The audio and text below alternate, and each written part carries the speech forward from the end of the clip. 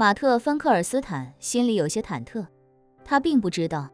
叶晨这番话是发自真心还是有意捉弄。毕竟自己曾经拿出10亿美金要买塔瓦纳的命，而这个叶先生作为他往那背后的男人，此刻要让自己与塔瓦纳冰释前嫌。他若是真心实意倒还好说，要是另有其他打算，那自己到时候恐怕难逃一劫。一旁的史蒂夫见他惶恐的模样，笑着说道：马特，不要用你的小人之心来度叶先生的君子之腹。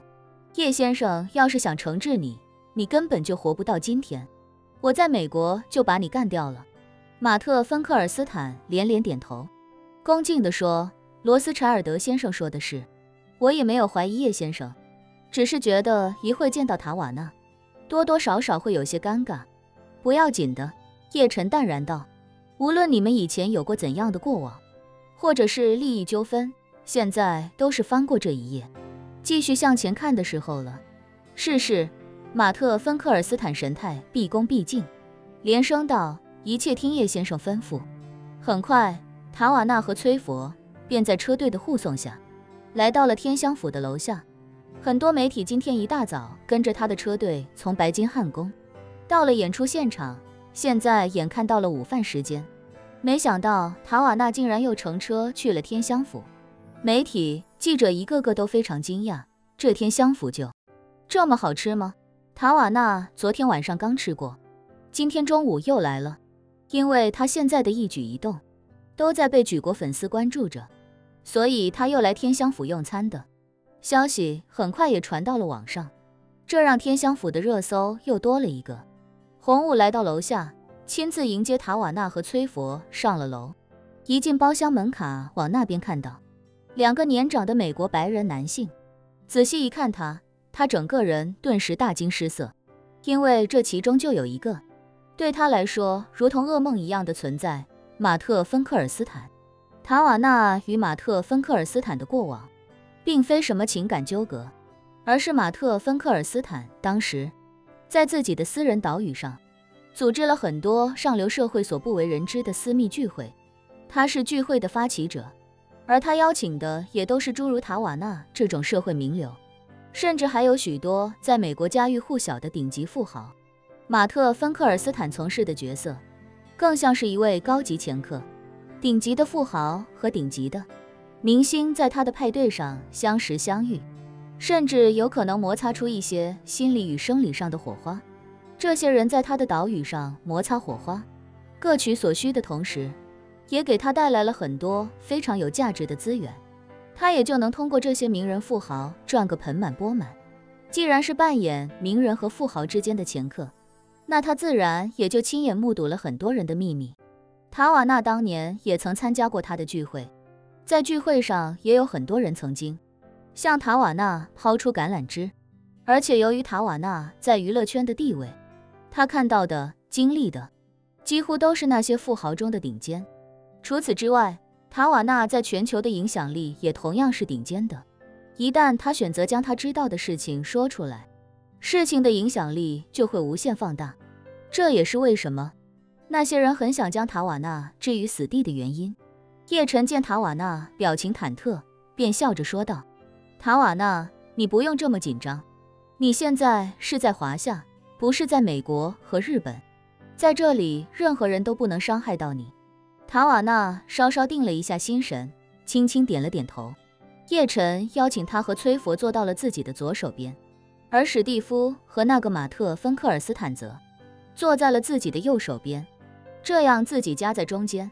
就能让塔瓦纳心情稍微缓和一些。马特·芬克尔斯坦此时也非常尴尬，他想跟塔瓦纳打个招呼，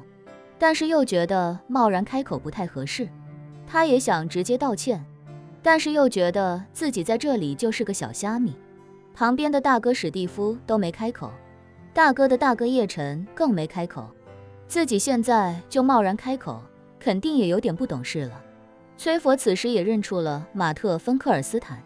他与马特·芬克尔斯坦接触不多，主要是因为与他没和塔瓦纳在一起之前的身份和地位，是根本不足以被马特·芬克尔斯坦邀请的。认出马特·芬克尔斯坦，他便立刻咬牙切齿地说道：“你这个混蛋怎么会在这里？叶先生，他就是要杀塔瓦纳的那个人。”马特·芬克尔斯坦神色紧张。叶晨微笑说道：“崔佛，我今天请大家过来，不是要让你们当着我的面吵架或者是骂街的，我让你们过来是冰释前嫌的。”说着，他又指了指史蒂夫，继续道：“另外，我有一个新朋友，要介绍给你们认识一下，这位就是罗斯柴尔德家族的继承人，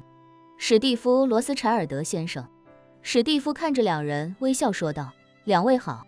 我在新闻媒体上已经看到过许多关于两位的报道了。塔瓦纳和崔佛自从在一起之后，就一直都是全世界媒体关注的焦点。有的时候，即便你没有一颗八卦的心，社交媒体也依旧会给你推他们两个人之间的那些事情。”崔佛和塔瓦纳一听说这就是史蒂夫·罗斯柴尔德，一时间也是惊得说不出话来。罗斯柴尔德家族无论是在美国本土，还是在整个西方世界，都有着极高的知名度以及极强的神秘感。这个家族一直把自己保护得非常好，所有人都知道这个家族非常厉害，甚至无人能及。但是真正去搜索那些能够被人搜索到的罗斯柴尔德家族的成员，好像一个个又没有那么的出彩。这就是因为核心的罗斯切尔德家族永远不抛头露面，而被他们推出来抛头露面的那些姓罗斯柴尔德家族的人，往往只是他们的旁系家族。也正是因为如此，很多阴谋家甚至推断，罗斯柴尔德家族不过就是一个以讹传讹了上百年的骗局。否则为什么世界富豪排行榜前100名里面没有一个姓罗斯柴尔德的人？但是真正跟上流社会有过实质性接触的人都知道，罗斯柴尔德家族就是一个真真切切存在的超级航母。所以崔佛和塔瓦纳一听说面前另一个人是罗斯切尔德家族的二把手，一个个都比见到总统还要紧张得多。而且他们也没想到，罗斯柴尔德家族的2号人物竟然也会出现在金陵，出现在叶晨昨天邀请他们吃饭的天香府。